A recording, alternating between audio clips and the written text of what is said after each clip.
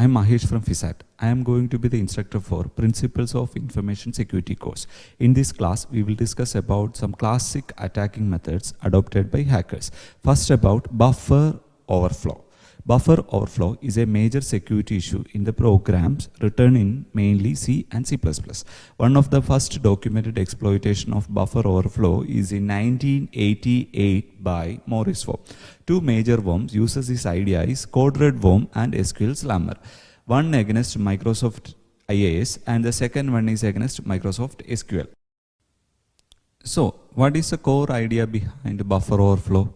In computer, buffer means memory locations. Consider you are declaring an array. If it's a local variable, it will be stored inside a stack. Consider a program with two functions. Function A will call the second function B. In function B, you will receive a string of maximum size 100 from the user and store it in a variable named X. Then function B will return. The function A will continue. If you look at the stack allocations of this program, bottom of the stack will store the return address of the function A, then the frame pointer of B, then the variable X. Consider a user given an input of size greater than 100 that will make the variable to overflow to the nearby locations. So, a planned user input can replace the value in the nearby location. So, what may be the worst case? The address of the A will be replaced by an address of any other piece of code. So, a planned attacker will compile another program and convert it into bytecode. Then, the bytecode will given as the user input. So, the user input will consist of a bytecode and an address pointing to the location of the bytecode. So, attacker will plan the user input in such a way that the bytecode will be the position of X and the address of the function A will be replaced by the address pointing to the X. So, the program control will force to execute the bytecode given by the hacker. Okay, now I will show you a demonstration of buffer overflow. Consider this program. This program have actually three functions returning, function main and function B and another function named hacker function. Then main function actually called the function B and hacker function doesn't called anywhere or by any other function. So hacker function is perfectly separated one. Okay, doesn't have. So in a real case scenario, this is supposed to be a different program. But in this case, we are trying to incorporate it in the same program. Okay, then what we want to achieve here, it's instead of calling function B, then we want to call the hacker function. Once the B is returned, we want to call the hacker function. That is our objective. So in the B, if you look at B, there is a character array of size 5. Then we will take the user input using scanf, then return. Then its hacker function is nothing but just to print call the hacker function. That's it. So then when function B returns, we actually want to call the hacker function. That is our objective. So we want to replace the address of the main function with the hacker function. That is the objective. So when you look at the stack, you can see that. Then we will try to execute this program. We will compile it using GCC compiler and we are planning to take the machine as 32-bit machine. And after that, we will disassemble the executable and try to find the addresses. Then once you have the addresses, we will try to overflow the character array X to the nearby location so that it will overflow to the calling address of main. So that's the total objective. Okay, then this is execution compilation. Then T1 is the input file, app is the output file name. I am disabling all stock protection in the compilation stage.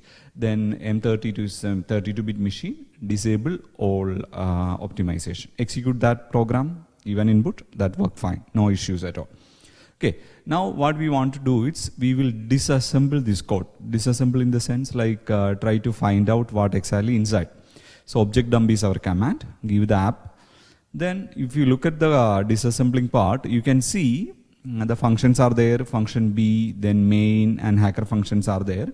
Basically this is the address and this is the machine code and this is the corresponding mnemonics. Okay, so that's it. Then if you look at that, you can see call to another memory location. That's another subroutine, that is nothing but B. Okay, so in main you can see that corresponding calling. But instead of returning to main, we want to trigger the hacker function. Then look at the B function, function B. In that you can see some, pushing to stack, and another one is LEA. LEA is load the effective address. In that you can see a value XD, 0XD. That is corresponding to 13. So that is the allocation part. So the size of the memory buffer available for the variable X is 13 bytes. And there is a base pointer after that, so that is going to be 4 bytes. So the total, if you consider total allocations for the program, so total allocation is going to be 17, that's it, 17 bytes. So after that you have the address of the main function. So you want to replace that. So once the buffer is overflowed, it's actually replace the address of the main function. That is a concept. Okay, so how we can do that? So we want to compose a perfect string as the input. That is our objective. So perfect means 17 value. That's what way bits. After that, you need an address that will get replaced. So go get the address first. Address of the hacker function. That is this one. Copy that, and we will try to compose it in a text editor. So that's going to be better. So copy that one. Then paste it here.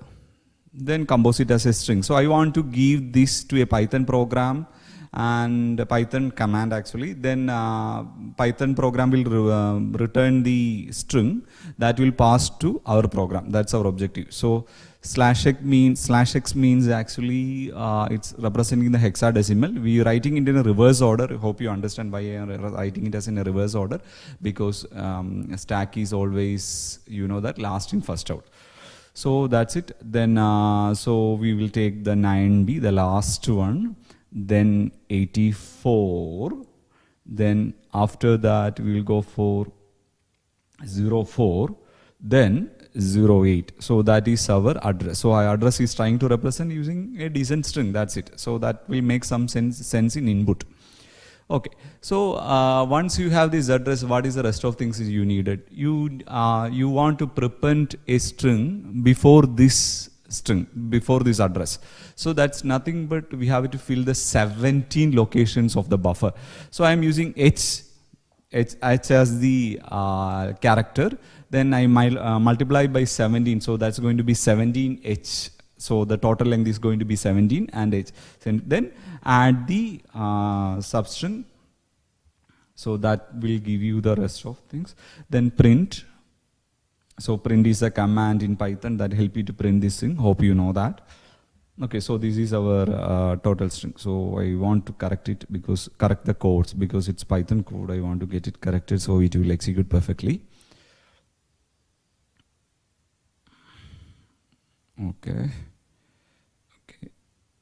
Okay, that's it. That makes sense. Okay, after that the Python command, that's nothing but Python -c, so the print.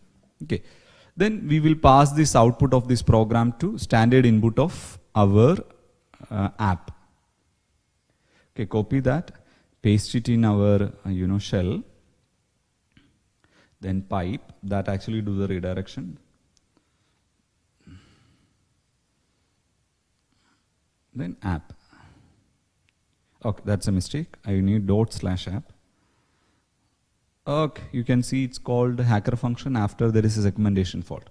Okay, that's it. We executed another function that isn't called by your main program. Okay, that's all about stack overflow or buffer overflow. Then does this buffer overflow still exist? How we can find it out? There is a website called Common Vulnerabilities and Exposures. Okay, we look into that website and search for the latest CVEs. So search for buffer overflow.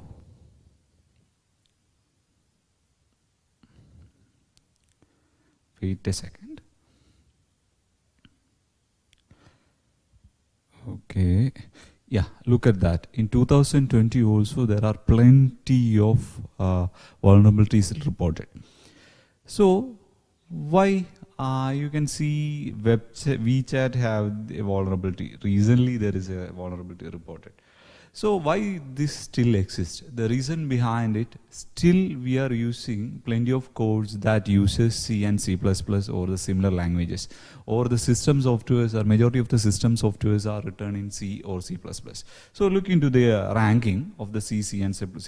You can see C is still on the top, especially on system programming language.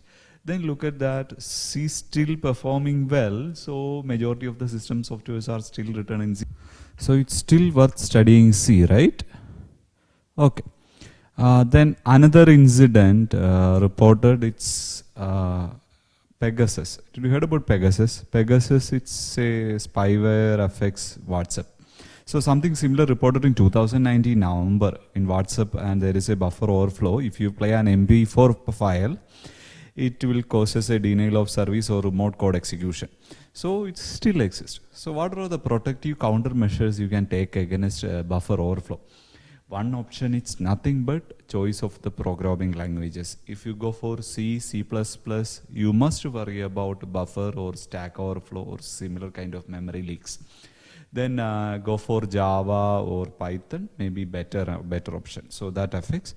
Then use of safe libraries. You doesn't worry about libraries, right? You just import it or include it in your program and start using it. But some libraries have this kind of issues that make your program vulnerable. Then another option is buffer overflow protection using canary variable. So we will put a variable before the addresses and OS check for that variable exists or the variable canary variable exists or not. If the canary variable exists, then only OS proceed with the execution. Then another option is executable space protection. So nothing but code doesn't stored in a stack. So code from the stack will discarded by the OS. Another option is stack randomization. So we will discuss more about stack randomization now. So look at our previous example. In previous example, we actually disabled stack randomization while executing the while compiling the program. So we are removing that part now, and this is a command. I am just removing the stack randomization part and enter it. Then compilation complete, then execute the program. Now you can see actually it's displayed stack smashing detected. So it doesn't allow you to go further forward. The same program with the stack protection. Okay, to summarize the session, we will look into one code written in 1988 by a university student. And this is supposed to be the first worm utilizing the buffer overflow. Okay, the name of that worm is Morris worm. Okay, it's written by a university student. So the code is available in GitHub, so you can download it and read it through what exactly mean by it. So the Morris worm utilizes some of the buffer overflow vulnerabilities available in some of the main famous Unix programs or Linux programs such as SendMail and associated programs. So the functionality of the Morris worm, it's very simple. It's actually do a denial of service. Then after that it replicate itself in the computer. That's the way it's actually do the denial of service. Then it will copy to the other computers and crack the passwords, and it's spread across. This worm initially planned to test the ARPANET. That's the objective, but accidentally it works entirely differently. I mean, like some problems are there, and it's spread across and make big issues. Okay, so look into the code. So these are some files available in that, and some of the files of our interests, it's worm.c and cracksum.c and hs.c. So I will show you the code and we will just go through it. Okay. So the first one, worm.c, this is supposed to be one of the main file, and in that you can see a main function. They will take some arguments and compare it with some other conditions. So this worm actually takes some command line arguments too. That's interesting, and it will execute some objects also. Okay, so it's utilizing a buffer overflow vulnerability is there. Okay, then after that, if you look at in the main loop, it's written as a main loop, a static one. It check for other machines are available. Then if the other machines are available, it's trying to crack it into and crack the password of that. So to get the nearby machine, it will look into some of the static file available in Unix machine or Linux machine, like /etc host.equal or /etc rhostess, and take the IP addresses from that files and connect it to those machines. So then it will repeatedly do that, crack some. Then once it cracked, the host files are available. Then host files give the IP addresses. Then connect to another machine, replicate there, replicate there, replicate there. So that's the way it works. Then look into hs.fsc that actually written what are all the attempts from one machine to another machine. They try with different options like RSH, mail, okay, and telnet. Different options are available. It will try to connect to different machine using these techniques, like connect over telnet or connect over SSH. Okay, these are the possibilities out there in this program. Then cracksum, it's nothing but it will read some of the files and try to guess the passwords. So there it will try with the generic username and passwords and try to get into. Majority of the cases at that time people will give simple passwords, so it's very easy to get through. So like try words, dict words, so those are functions they return. Then go through the files like /etc host.equal and go through that file and get the details of the nearby system connected machines. And once it done, then it will connect to those machines using any of the SSH or some other, then spread across. So once the worm is on the other machine, it will execute a remote, do a remote execution, and what exactly it will do, it copy or replicate itself. That's the interesting part. So, so you can look through this code, and basically you must understand this is only 10 or 15 files out there that work beautifully as a worm. So you can use this to study, but if you try to compile it in new generation machines, it doesn't work out. So maybe you can download an old version of Linux. I haven't tried it. Maybe it's possible to execute this worm and get a feel of it. It's follow the standard Z libraries or doesn't need any extra libraries or nothing like that. It's the code wise is also it's very easy. So that's all about our session on buffer overflow. So buffer overflow can affect any memory. That's may include your stack or heap, SSC heap, or any other memory arrangements. And majority of the programs are written in C and C++, especially system software category. Still buffer overflow exists, and strict boundary condition checking is required to avoid buffer overflow. So this is a basic idea about buffer overflow. So in this part, we are planning to discuss a concept called cross-site scripting or XSS. XSS, it's basically injection method. Okay, injection method. Then what is mean by XSS? XSS, it's nothing but a website execute a script that isn't owned by that particular hosting company, instead of the hosting company or the owner of the website. So how does it possible? It's very simple. An attacker will put some script inside some of the input or make use of the some of the vulnerabilities available in the website and insert a script, maybe to the database or maybe a file to the website server. Then what is going to happen in that case? When a client or a victim try to access that particular web page, the script inserted by or the code inserted by the attacker will execute on the client side or the victim side, and maybe some valuable information from the victim side will pass to the attacker. Oh, that's a basic idea. That may be a password or maybe a file or maybe a cookie, whatever, some sensitive information will go to the attacker. Then attacker can make use of it. Then web is really a mess. Websites are really a mess. Then if you consider how many vulnerabilities are reported recently in XSS, we will take a look at CEV. Then this is a search result. I put XSS in the search box. You can see there are hundreds of issues reported in 2020 itself. So That's very common, because in the case of website programming or web application programming, there are thousands of web application frameworks available.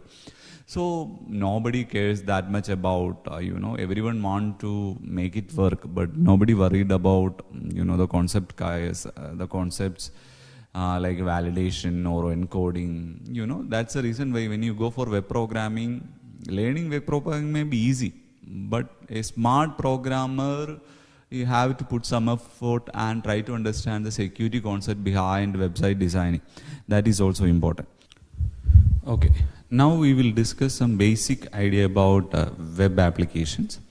In a web application, there is a web server and there is a web client. Web server and web client may be running on different computers. And web server and web client communicate using the protocol called HTTP, maybe over network. Then web client will request a page to the web server. Then web server will serve that page from the document root of the web server. This may be a file available in its file system of that corresponding operating system. Then before getting into the details, there is a concept called CGI, Common Gateway Interface, and there is a database also. This Common Gateway Interface may be the languages like PHP or Python or Perl, whatever available in the server, and you have to install the corresponding module for the web server also. Okay, then when a web client requests a page, web server will take the page or the corresponding file from the document root and try to do a high level parsing of it. Then when go through the page, if it seizes a tag corresponding to a CGI language, that part will pass to the CGI module. Then CGI module will execute that code. So the inside the tagging may be the script. There is a script or PHP or Python script will be there.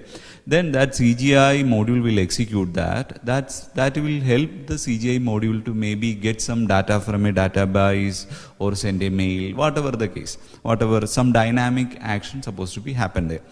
Then then CGI will reply back the corresponding HTML content to the web server. Then web server will post back the response to the client. That's the way it works. So the idea is very simple. Web client will request to the web server will fetch the document, then the document will get passed here in a high level. Then if there is a tag corresponding to a CGI language, that will pass to the corresponding CGI module. Then CGI module will execute that part of the code. Then that may fetch the data from DB or some other dynamic functionality will be there. Then the CGI will generate the corresponding HTML content corresponding to the dynamic part, then return that to the web server. Then web server will return back, give that as a response to the web client. Web client will display it in front of the user. So that is a basic idea about any web application. So this CGI is really important because most of the vulnerabilities happen in this area of CGI. Because that is a language, and a scripting language also. Then some vulnerabilities will be there in the web server also. Okay, so then another part I haven't mentioned, there are some client-side languages are there like JavaScript or CSS that will execute on the client side. That doesn't make any sense on the web server or CGI part. Those documents will pass to the web client directly by the web server. Then that will execute on the web server, web client part. So in the case of XSS, normally execution going to happen in the web client. Okay, web client. That's a basic idea, web client part. So majority of cases, it's maybe a JavaScript content. Okay, JavaScript content, it's capable to fetch the data from the web client, like web browser, and get some sensitive information about it. So going to the next part. Then two categories are there for the XSS attack. One is called stored XSS. What is meant by stored XSS? The concept of stored XSS is very simple. Consider your Facebook account. In Facebook account, if somebody posts a content into your timeline, you have an option to give the comment, right? Then you give a comment. Normally that comment will stored in the Facebook server, and all other users can also view that comment, very simply view the comment. Then consider in the content of the comment, you are putting a JavaScript code, okay, JavaScript code that going to be a malicious code. Then when another user viewing that content or your comment, you know, there is a possibility that that content will execute on the other user web browser and send some sensitive information to you know, the attacker. That's the idea. This is very famous, you know, nowadays also, there is an option called, you can add Facebook like button to your web pages.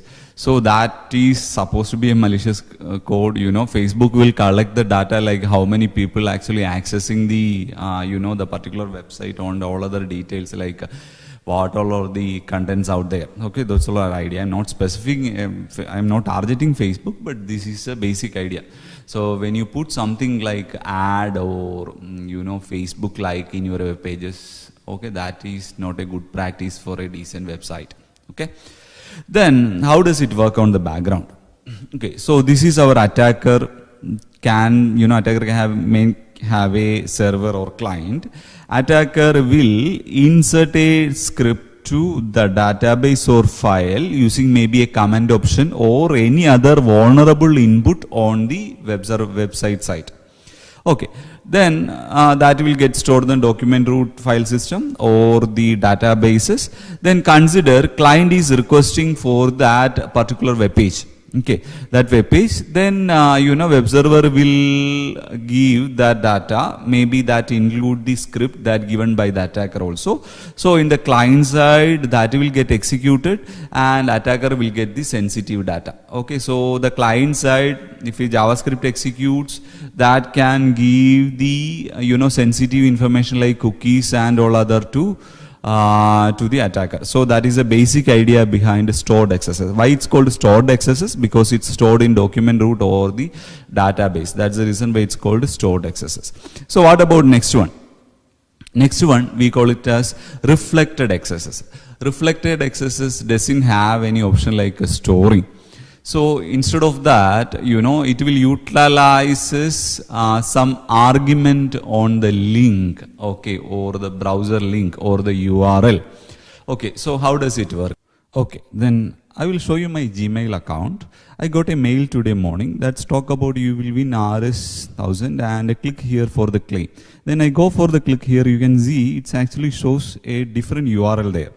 Okay, that URL have is, you know, a query that corresponding to a JavaScript. Then if you search on the spam folder of your Gmail also, you can see the similar kind of mail.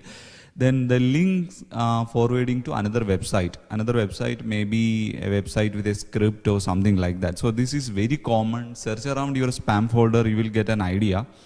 You know, there are the links forwarding to different websites with script arguments or different arguments such like that. So this is basic idea. So the first thing attacker want to do, attacker maybe send an information to the client or the victim. Then it include maybe a link corresponding to an attacker website, you know, not attacker website or to the hosted website. Then hosted website have a vulnerability also. Okay, so that is a basic idea. Okay, so then come back to the reflected XSS. So this is a basic idea behind reflected XSS. An attacker will send some information to the web client in the form of mail or similar matter. Then the client user will click on that link. Then that will pass to the web server, and maybe there is vulnerabilities out there that will, you know, send back a script back to the web client. On the web client, that script will get executed. Then that will collect some, you know, data from the web client of the user or the victim, then pass back to the attacker. So that's the idea. So why it's called reflected? Because it's reflected, that's the reason. Then idea is very simple. Send a link will forward to server, then the script, then script back to the web client, then execution, then the sensitive data to the attacker.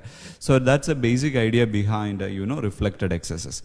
Then on the next level, we look into what are the possibilities to prevent this XSS attack.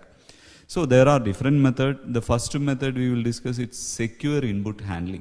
Secure input handling in the sense like a developer has some consciousness about how to handle the input or encode the input, how they validate. Okay, those things are there. I will show you a simple example of encoding. Yeah, this is our alias query passed from my mail. Actually, it's supposed to be the query script alert one script. This is a JavaScript alert. Okay, then we will take the developer tools here for a second. Then in the developer tools, so we will run to that reload that web page one more time. Yeah, you can see it's working here. Then if you click on this one, that's a URL we passed. Look at this query. Actually, all the major special character like slash, greater than, less than, those things are actually replaced by some other characters. So this is a good encoding method. So on the server side, it doesn't make any sense. So it's just to validate as a normal text and pass to the text box. Then if you do a Google search, maybe a, different thing will appear. That's it. So that's a one method to prevent, XSS. Then on the other side, in the second part, it's URL blacklisting or whitelisting. So in the server side, you can, check for the tokens and validate its client from a, decent origin and its authenticated client. A lot of options are there. All the URLs will be validated and all that input will get validated. So that's one option. So otherwise it will blacklist. All the URLs not belong to the server will get blacklisted. Some of the URL we call it as whitelisted or allow.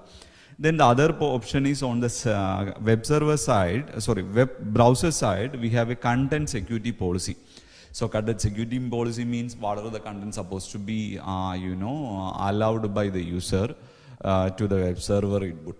So if there is content policy, strict content policy, some input won't allow. It's a recent progress. So some input forms won't allow this kind of data. The web server itself, drop this kind of input. So a conscious user, if enable content security policy, maybe sometimes they are safe. Okay, that's all the option. Okay, on the next part, I will show you a demo of this, both the stored XSS and reflected XSS. Okay.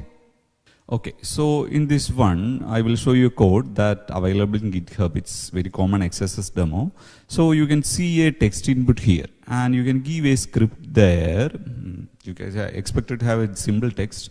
Then run say hi. Then what is going to happen? It's actually pop up an alert box. So the script have an alert. So it will get stored inside the program, stored inside the code itself. So then whenever you take it again and again, it show the hello. Then look at the page web source. You can see that included inside the code itself. So it's delivered from the server itself. So this is the stored XSS. The idea of behind the stored XSS. You can have two position actually include that alert window. Then the other side, if you want to run a reflected XSS, the argument supposed to be with the URL. So when you give about there, instead of that, if you give something else, say Mahesh, you can see the earlier alert will be there and it's replaced by Mahesh. So it's vulnerable there. Then instead of that, you just put a script with some input, say alert, hello, or something like that. Or say PAS, instead of that, just to say PAS, then give enter. Okay. Okay. Okay, then the pop-up is going to be PA. So that's a reflected XSS. You modified a URL argument and that will work like, from the server itself. So this is a two idea. This is a local server hosted itself in Ubuntu, and it uses PHP as the base. Okay, PHP as the base. So this is the idea. This is a problem with the website, not with the PHP or the Apache. So that's it. Thank you.